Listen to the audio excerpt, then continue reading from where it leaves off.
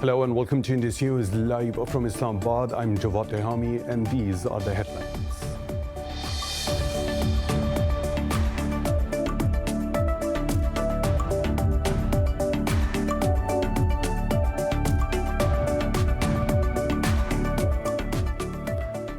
Pakistan has called on the international community to urge India to lift its inhuman military siege in occupied Jammu and Kashmir. At a press briefing, the Foreign Office spokesperson said extrajudicial killings and staged search operations by the Indian forces continue with impunity. Zahid Hafiz Chaudhry said Pakistan will continue to stand with Kashmiris in their just struggle till the realization of their right to self-determination.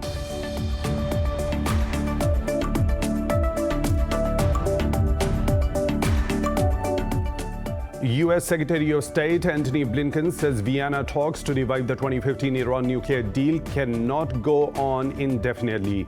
Speaking to reporters in Kuwait, Blinken said the ball is in Iran's court and that Washington will see if Tehran is ready to come back into compliance. Indirect talks between Tehran and Washington to revive the pact adjourned in June, and it remains unclear when they might resume.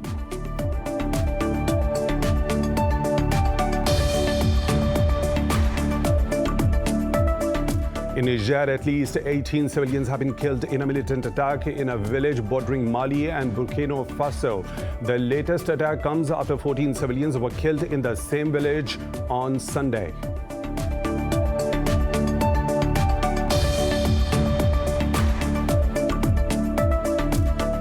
At least 60 people have died after flash floods swept down a valley in Taliban-controlled Kamdesh district in Nuristan province of Afghanistan. The Ministry of Disaster Management said around 100 people are missing, while dozens of houses have been destroyed. Taliban said they are helping villagers look for missing people and announced to allow humanitarian agencies safe access to the area.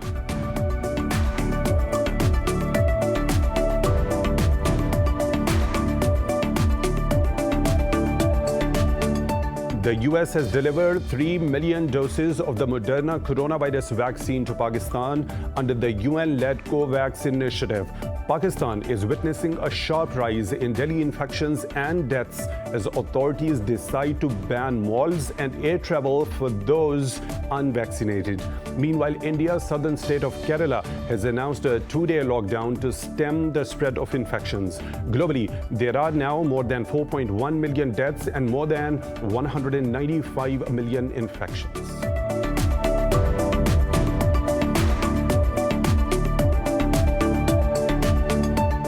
On day 6 of the Tokyo Olympics, China leads the medal standings with 15 golds and 7 silver after China's Chen Meng wins women's singles gold in table tennis. Host Japan follows China with 15 golds and 4 silver medals. The US leads the overall tally with 38 golds as Sunai Sali won the gymnastic all-round medal.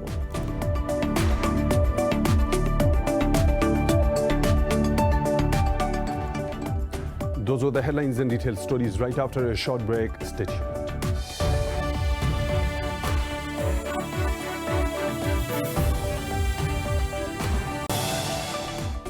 Welcome back, and now for the news in detail. Pakistan has called on the international community to urge India to lift its inhuman military siege in occupied Jammu and Kashmir. At a press briefing, the Foreign Office spokesperson said extrajudicial killings and staged search operations by the Indian forces continue with impunity. Zahid Hafiz Chaudhry said 5th August would mark the completion of an unprecedented 24-months-long military siege. He highlighted that Kashmiri leadership also remains incarcerated under trumped-up charges. The spokesperson said the Indian government is turning the Kashmiris into a minority through illegal changes in the demographic structure of the valley.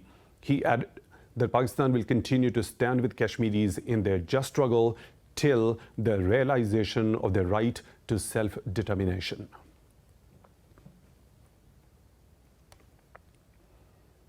Pakistan says it cannot be held responsible for the actions of the Taliban following the withdrawal of the US and its allies. Talking to Afghan media, Prime Minister Imran Khan said his government is not a spokesperson for the Taliban. Prime Minister Imran Khan reiterated that Pakistan wants peace in Afghanistan. He said it's up to the Afghans to choose between a US-backed military solution or a political settlement. The Prime Minister stressed that Pakistan cannot monitor the movement of 3 million Afghan refugees. He said, however, Pakistan is trying its best and has completed 90% of the border fencing between Pakistan and Afghanistan. Khan stressed that Afghanistan cannot be controlled from the outside and Pakistan has no favorites there. The Taliban claim to have killed an Afghan army colonel in an attack in Kabul's Bagrami district. In a tweet, the group's spokesperson said they targeted Colonel Asif in the Gole Bati area. The spokesperson said the group also killed 9 Afghan security personnel in Nangarhar. He said the Taliban destroyed a military checkpoint in the Khogiani district of the province. Meanwhile, the Afghan army says it has killed 37 fighters, including 2 senior commanders.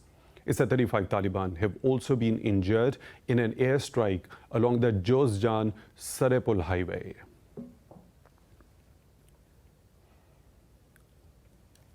Pakistan's Foreign Minister Shah Mahmood Qureshi said Islamabad wants to enhance economic ties with the Kingdom of Bahrain.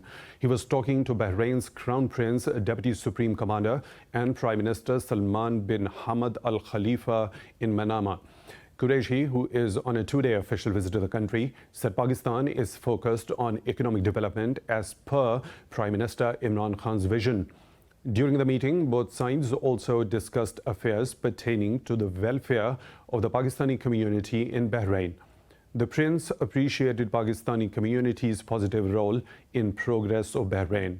He also commended Pakistan's cooperation in enhancing Bahrain's defense capability. U.S. Secretary of State Antony Blinken says Vienna talks to revive the 2015 Iran nuclear deal cannot go on indefinitely. Speaking to reporters in Kuwait, Blinken said the ball is in Iran's court and that Washington will see if Tehran is ready to come back into compliance. Indirect talks between Tehran and Washington to revive the pact adjourned in June, 2 days after Ibrahim Raisi won Iran's presidential elections. Parties involved in the negotiations have yet to say when they might resume. The nuclear deal was torpedoed in 2018 by then U.S. President Donald Trump, who unilaterally withdrew from the agreement and imposed sanctions on Iran. The U.S. has announced sanctions on Syrian President Bashar al-Assad's government for human rights violations. It also targeted 8 prisons run by al-Assad's intelligence apparatus and 5 senior officials who oversee them. The Treasury Department said the Assad regime has tortured at least 14,000 prisoners to death. In a statement, it said more than 130,000 people reportedly remain missing or arbitrarily detained. The Treasury also imposed sanctions on the Syrian armed group Ihrar al-Sharqiya for abuses against civilians. In a separate statement, the Treasury announced curbs on a Turkey-based al-Qaeda financial facilitator. The department said it also targeted one Syria-based terrorist fundraiser and recruiter. Secretary of State Antony Blinken said the curbs showed the U.S. commitment to human rights and accountability for abuse against Syrians. And for more on this, we are joined by Dr. Arnaud Develay, a political analyst, joining us from Damascus. Dr. Develay, thank you very much for your time at Indus News. First of all, the U.S. has sanctioned the Syrian officials, saying the curbs will promote accountability for abuses committed against the Syrian people. What's your take on this? Well, one has to keep in mind that there's been a systematic campaign to demonize the Syrian and legitimate Syrian government for years now. The so-called Caesar file, which actually paved the way for the passing of this U.S. law, domestic U.S. law, I should add, allowing for sanctions against any countries who might engage in some kind of transaction with the Syrian government, and so on a matter of humanitarian ground as well, has always been debunked as an operation led by the humanitarian NGO complex, i.e. in this case, Amnesty International. This is something that is savantly organized by the neoconservative and liberal interventionist crowd in Washington. And they've been at it, using media, NGO complex, and by manipulating as well the United Nations agencies, such as the Organization for the Control of Chemical Weapons. So this is nothing new. And in this instance, it's just yet another example of this attrition war, hybrid warfare that is being waged, not as much on the Syrian government and or Syrian officials, but against the Syrian people. Okay, Dr. De Villiers, what does Washington want to gain with the latest curves, as it has already sanctioned the Syrian government?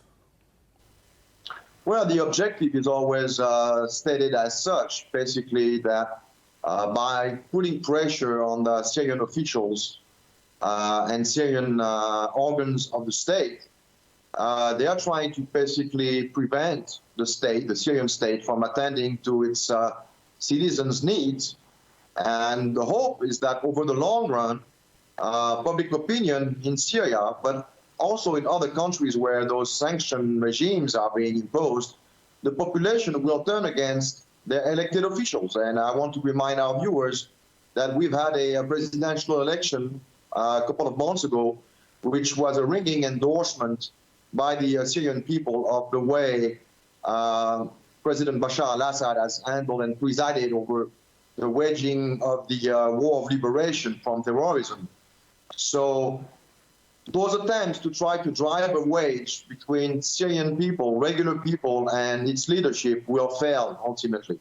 So in the end, as former UK ambassador to Syria, Peter Ford, said, we are really witnessing nothing more than a spiteful policy which aims at cruelly rendering ordinary Syrians' lives miserable and nothing else. Okay, Dr. De Villiers, the Biden administration is putting all American troops out of Afghanistan and Iraq as well. But the U.S. military operation in Syria has seen no changes. Why does the U.S. want to linger on its presence in Syria? As for your question on Syria, the Syria group that has been specially appointed upon President Biden's inauguration have openly claimed that their role is to basically remain in Syria for the oil as a means of pressure to prevent any kind of reconstruction and to put pressure on Syrian government to basically obtain through economic sanction what they could not obtain through the means of terrorism. So Syria has won the war militarily, and now comes a new chapter. It's a new chapter which bears on economic sanctions, on diplomatic pressure, and basically on trying to prevent any reconstruction to take place. But by no means the situation is that different between Syria and Iraq, or between Syria, Iraq, and Afghanistan. I would say that specifically to Syria and Iraq, the main things for the Americans is to try to contain what they call Iranian influence. They believe that, and in order to protect their, proxy state, the Israeli state, in the region, they need to maintain a presence in the region to prevent what they perceive as Iranian influence filling the vacuum if they were to leave. So there's no way the Americans are going to be leaving the regions anytime soon. If anything, they are reactivating as we speak terrorist cells. They are trying to break the lack of porosity of the border between Iraq and Syria, which has early on in the last decade, allowed them to wreak havoc, essentially by facilitating the ins and outs of terrorists under their care and training and control, should I say.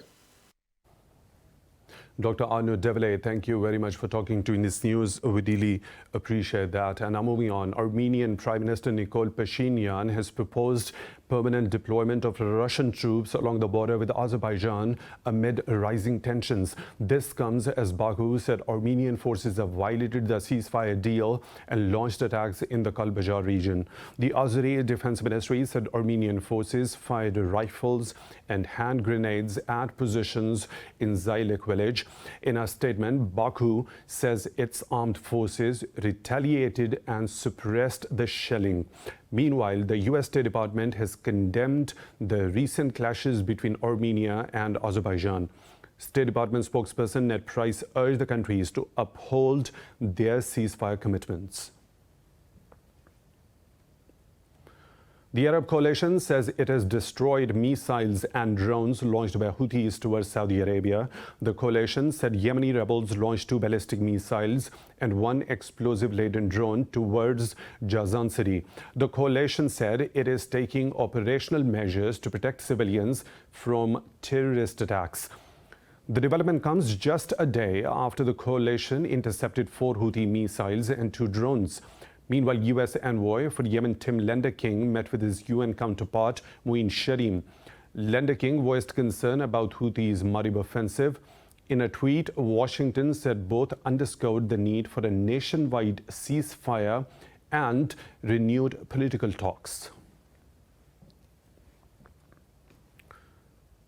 In Niger, at least 18 civilians have been killed in a militant attack in a village bordering Mali and Burkina Faso. The latest attack comes after 14 civilians were killed in the same village on Sunday.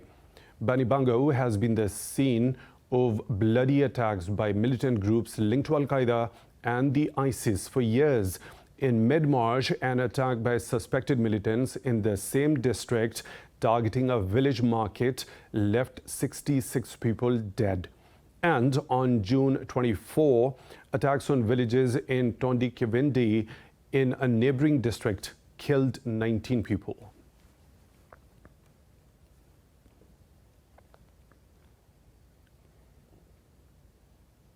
Hundreds of Palestinians have attended the funeral of a 12-year-old boy who was shot dead by Israeli troops.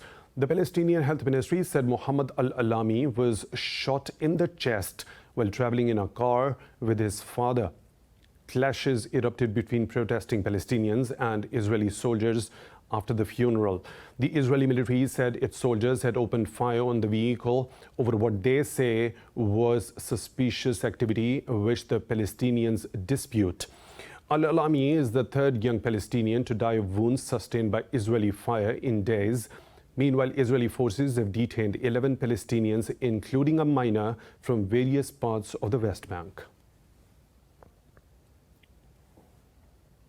China says provocative U.S. actions in the South China Sea are disturbing the peace and stability of the region. This comes after U.S. Navy destroyer Benfold sailed through the Taiwan Straits on Wednesday. The Chinese People's Liberation Army said it tracked and monitored the movements of the U.S. warship. Spokesperson Shi Jie said the Eastern Theater Command is ready to respond to any threats. Earlier, China's new ambassador to the U.S. said the bilateral ties are at a critical juncture. Chen Gang urged against shutting down the door to better ties between the two states.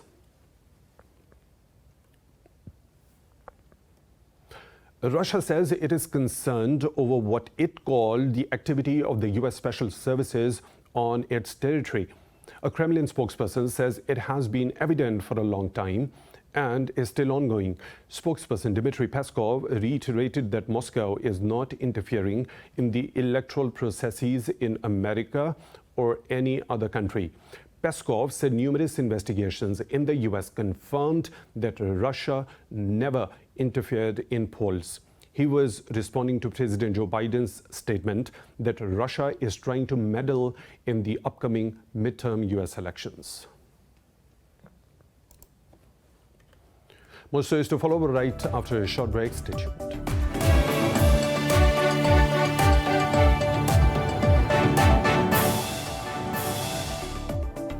Welcome back. Pakistan's Army Chief General Qamar Javed Bajwa says Pakistan-China ties are more significant than ever in light of regional situation.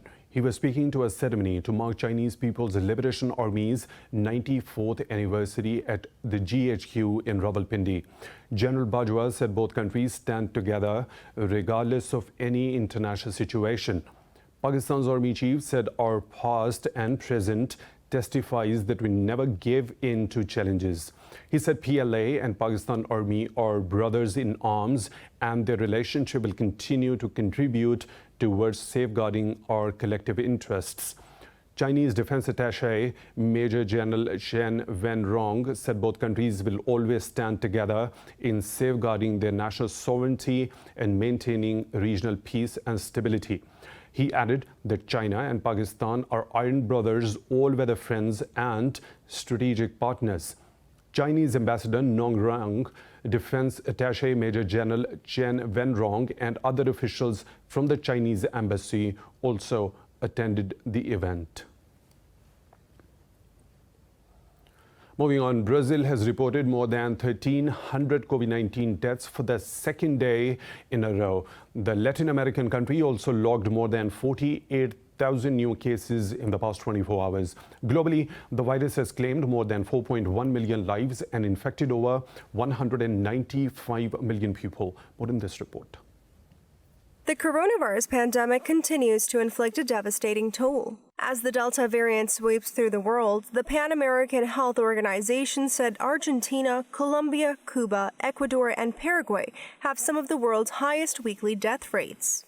Meanwhile, U.S. Secretary of State Antony Blinken met with World Health Organization's chief and reiterated support for the probe into the origins of the virus. In New York, authorities say starting from Labor Day, vaccination will be mandatory for state employees. So in New York and our state hospitals, all patient-facing healthcare workers must get vaccinated. There will be no testing option for patient-facing healthcare workers. That is a point of contact that could be a serious spreading event. And we want to make sure that those healthcare workers are vaccinated. Protesters placed body bags outside Facebook's headquarters to call it out for allowing the spread of misinformation about the vaccines. Meanwhile, in the Turkish city of Diyarbakir, authorities beg citizens to get vaccinated as the new wave in the east keeps surging. Over in the United Kingdom, opposition parties say opening borders for the United States and Europe without quarantine can import new COVID variants. France says that it will implement the use of passes to access public places by the 9th of August if the Constitutional Council approves the contested bill. The Constitutional Council has stated that it will issue its decision on the Health Pass bill on August 5th. The law will then be enacted afterwards, and we plan to have it take effect on August 9th. It's on this date that the extension of the Health Pass would take effect, and let me remind you, there will be a period of adjustment and tolerance of education and help for those concerned. Cuba says Iran is set to start producing the island's homegrown COVID-19 vaccines on an industrial scale. The Yemeni government has put health facilities and workers on high alert as the country braces for a third wave. A new study, not yet peer-reviewed, shows that the efficacy of Pfizer's vaccine fell from 96% to 84% over 6 months. Meanwhile, Tokyo Olympics organizers have reported 24 new cases among participants, including 3 athletes. Moving on, the U.S. has delivered 3 million doses of the Moderna coronavirus vaccine to Pakistan under the UN-led COVAX initiative. Pakistan is witnessing a sharp rise in daily infections and deaths as authorities decide to ban malls and air travel for those unvaccinated. The health authorities have set an August 31st deadline for sectors dealing with the public to get their staff vaccinated. At a press briefing, Federal Minister for Planning Asad Umar said the government is ramping up vaccinations, taking it to the 1 million daily mark. The Health Ministry has reported 76 deaths overnight, the country's highest number since June the 10th. The death toll has reached 23,209. The ministry has registered over 4,500 infections in the past 24 hours. Meanwhile, over 27.8 million vaccine doses have been administered so far across the country. Nobel Peace Prize laureate Malala Yousafzai has urged countries to commit more funds to improve girls' education in developing states. Malala Yousafzai virtually addressed a global education summit which was attended by world leaders and the heads of NGOs and international organizations. She said that educating girls is necessary for a stronger and fairer world. She added that girls' education improves public health, mitigates climate change, improves peace, and promotes economic growth. We all know that the world is facing a girls' education crisis. Nearly 130 million girls were out of school before the COVID-19 pandemic. Now, 20 million more girls are at risk of dropping out because of it. Climate change is exacerbating the issue. Malala Fund estimates that climate-related events will lead to at least 12.5 million more girls a year deprived from learning. Malala also warned of the dangers the COVID-19 pandemic and climate change pose to girls' education. The Global Partnership of Education's Global Summit put the fund's target at $4 billion. British Foreign Secretary Dominic Raab said that, if achieved, it would see 40 million more girls getting 12 years education at school. In India, rape victim blaming by a ruling BJP leader has sparked outrage over social media and among human rights activists. 2 girls were gang raped on Binolim Beach, south of Goa's capital on Sunday. Chief Minister of Goa State, Pramod Sawant, asked parents to be more responsible. Speaking in the parliament, he said parents need to introspect on why their children were on the beach late at night.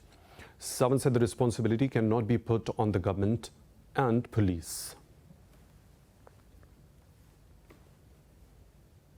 Qatar's Emir Sheikh Tamim bin Hamad has ratified a law for the country's first legislative elections due in October this year.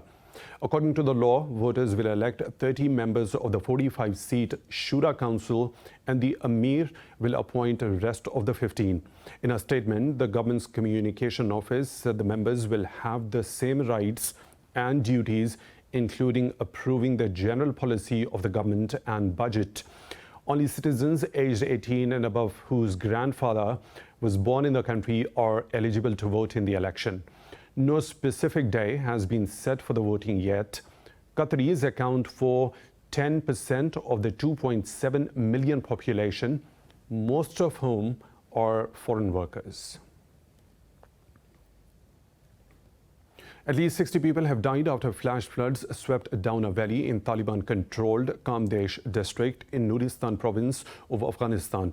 The Ministry of Disaster Management said around 200 people are missing, while dozens of houses have been destroyed. Officials said that the death toll can increase as rescuers gain more access to the affected area.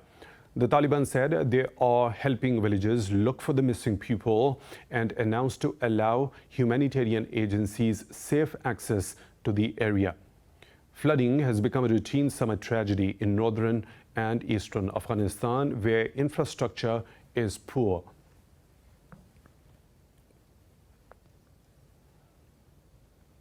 Bangladesh has evacuated 10,000 Rohingya from refugee camps on the Myanmar border.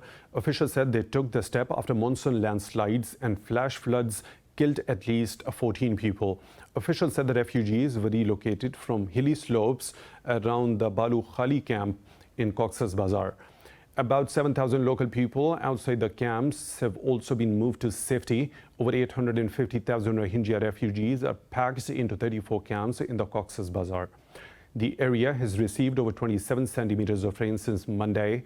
The UN Refugee Agency said 2,500 shelters housing 12,000 Rohingya have been affected by the floods. Bangladesh's Met Department has predicted more torrential rains.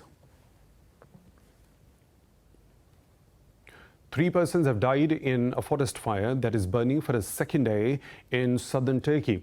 Hot weather and strong winds have helped the fire spread around the town of Manavgat and nearby villages in Antalya. Agriculture Minister Bakir Pakdemirli said authorities have evacuated 18 villages and districts in Antalya province. while 16 villages in the neighboring Adana and Mersin have also been evacuated. The country's efforts to bring 10 ongoing fires under control are continuing. More than 1,800 personnel, 3 planes and 29 helicopters are deployed to fight the blazes. Turkish prosecutors also launched an investigation to determine the cause of the fire. In Lebanon, a volunteer firefighter has died in the blaze that broke out in northern Akkar Governorate's Kubayat area. In a tweet, Lebanese Red Crescent said it is transporting a number of injured to the hospitals. The humanitarian movement said it has also been evacuating vulnerable communities. Raging wildfires have burned large swathes of pine forests in the mountainous north. Local authorities said the high wind speed is preventing the flames from being extinguished. An 8.2 magnitude earthquake that struck the coast of Alaska triggered a tsunami watch in Hawaii. These threats were later revised down after the U.S. tsunami warning system deemed they had passed. The U.S. Geological Survey said the earthquake struck at a depth of 46.7 kilometers. 2 other earthquakes with preliminary magnitudes of 6.2 and 5.6 occurred in the same area within half an hour. The Pacific Tsunami Warning Center says the potential threat to Guam and American Samoa is still under investigation. Paraguay has seized more than 3,400 kilos of cocaine near the capital city of Asunción. Police have called it the country's biggest ever drug bust. Officials say the cocaine was being stashed in a load of sugar for international shipment. National Police Commander Luis Arias told reporters that the illegal stimulant was found in a warehouse. The bust exceeded the previous record in the country when 2,900 kgs of cocaine were seized in October 2020. That cargo had been hidden in the bags of charcoal.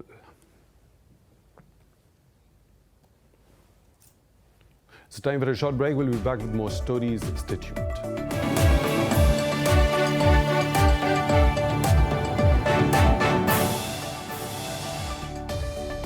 Welcome back. In Brazil, a cold wave in the southern state of Rio Grande do Sul has brought snow and cold rains to at least 13 cities.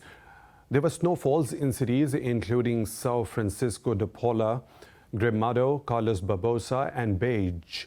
The unusual weather phenomenon is related to a large polar air mass that entered during the last few hours. Tourists and locals use the opportunity to take pictures and play in São Francisco de Paula. The temperature there is expected to reach -2 degrees centigrade.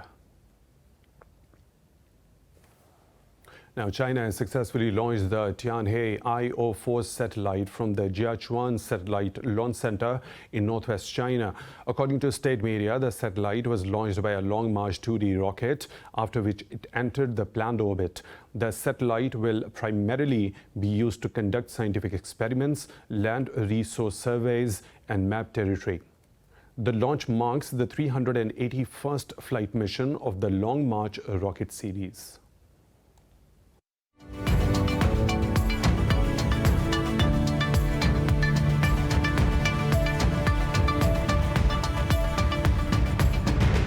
And other business updates, the U.S. stocks have risen to record levels over strong economic growth in the second quarter. The Dow Jones Industrial Average rose more than 0.5% at open. The S&P 500 also landed in the positive category, opening over 0.5% higher. The tech-heavy Nasdaq Composite rose nearly 0.5% higher at open.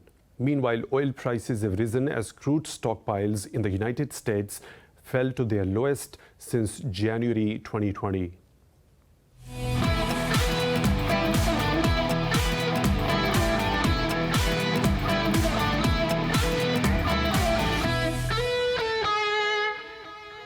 On day 6 of the Tokyo Olympics, China leads the medal standings with 15 golds and 7 silver after China's Chen Meng wins women's singles gold in table tennis. Host Japan follows China with 15 golds and 4 silver medals. Today, medals were out for grabs in gymnastics, shooting and canoeing. Fencing, judo and swimming are also rewarded on day. In tennis, Serbia's world number 1 Novak Djokovic has booked his place in the semi-finals. The Serbian dispatched Japan's Kei Nishikori 6-2, 6-0. He will next face Germany's Alexander Zverev in the semi-finals on Monday. Switzerland's Belinda Bencic and the Czech Republic's Marketa Vondrousova will meet in Saturday's women's final. Defending champion South Korea beat Israel 6-5 to win their Olympic baseball opener. China's Chen Meng defeated compatriot Sun Yingxia to win the women's singles table tennis gold. Earlier, Caleb Dressel dominated the men's 100-meter freestyle swimming, setting up an Olympic record. In the inaugural men's 800-meter freestyle, Team USA's Robert Finke came from behind to clinch gold. China won the women's 800 meters freestyle relay, where all medalists beat the world record. Meanwhile, America's superwoman gymnast Simone Biles, who was almost destined for gold, withdrew. Her exit has raised concerns over the mental health challenges faced by athletes under the pressure of performing at the Olympics. The US lead the overall medals tally with 38, with the latest gold added by Sanas Ali, won the gymnastic all-round gold. On the other hand, dozens of protesters staged a rally in front of the Japanese Prime Minister's office, calling cancellation of the Olympics due to a recent spike of coronavirus cases. And now for weather updates, we have Naila Shuja with us.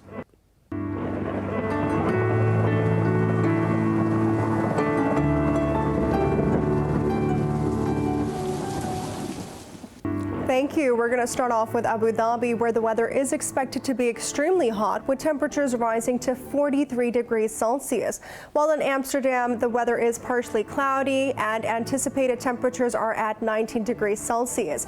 If we head to Ankara, the weather is sunny with temperatures at around 33 degrees Celsius. Moving down under to Auckland, the temperature is chilly at 16 degrees Celsius with some clouds overhead. Now, if you are traveling to Bangkok, there will be cloudy weather with temperatures around 32 degrees Celsius. In Beijing, clouds are veiling the sun with temperatures at 27 degrees Celsius, while Beirut will be experiencing some sunny weather with temperatures at 32 degrees Celsius. Berliners will be experiencing temperatures at 23 degrees Celsius with some clouds making the weather more pleasant. Now heading to Cairo, the sun will be out with temperatures around 38 degrees Celsius. Down under in Canberra, the temperatures are at 13 degrees Celsius with the sun overhead. In Islamabad, temperatures are at 31 degrees Celsius, accompanied by some thunderstorms, while in Jakarta, the temperatures are steady at 33 degrees Celsius with partial sun in the forecast. That's all for now. Back to you. Naila, thank you for the weather updates. And that is all for now. For the latest updates, you can follow us on social media at Indus News.